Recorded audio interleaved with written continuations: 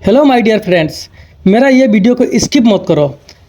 सिर्फ 1 मिनट लगेगा, लेकिन आपको पूरा ज़िंदगी भर ये वीडियो काम आएगा।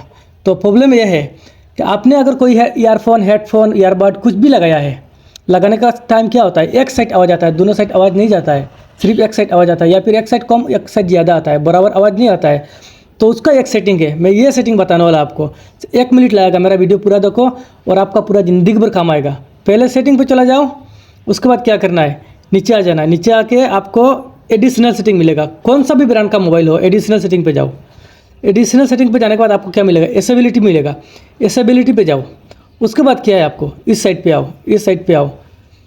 आने के बाद आपको यही मिल गया है, देखो ये मोनो वीडियो जो है ना, इसको ऑन मत करो, इसको ऑफ रहने दो।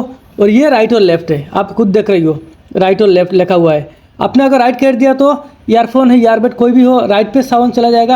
अगर लेफ्ट कर दिया तो लेफ्ट चला जाएगा। तो आपको क्या करना है, ये सिर्फ मिडिल पे रखना है, तो आपको दोनों साइड बराबर आवाज़ सुनेगा। ठीक है, इतना ही वीडियो था। और आपको अगर हेल्पफुल वीडियो लगा तो मेरा चैनल सब्सक्राइब करके रखो। आने वाला टाइम पे जितना भी मोबाइल का सेटिंग हो, सब वीडियो आपको मैं ऐसे ही दूंगा। Thank you, okay, bye bye.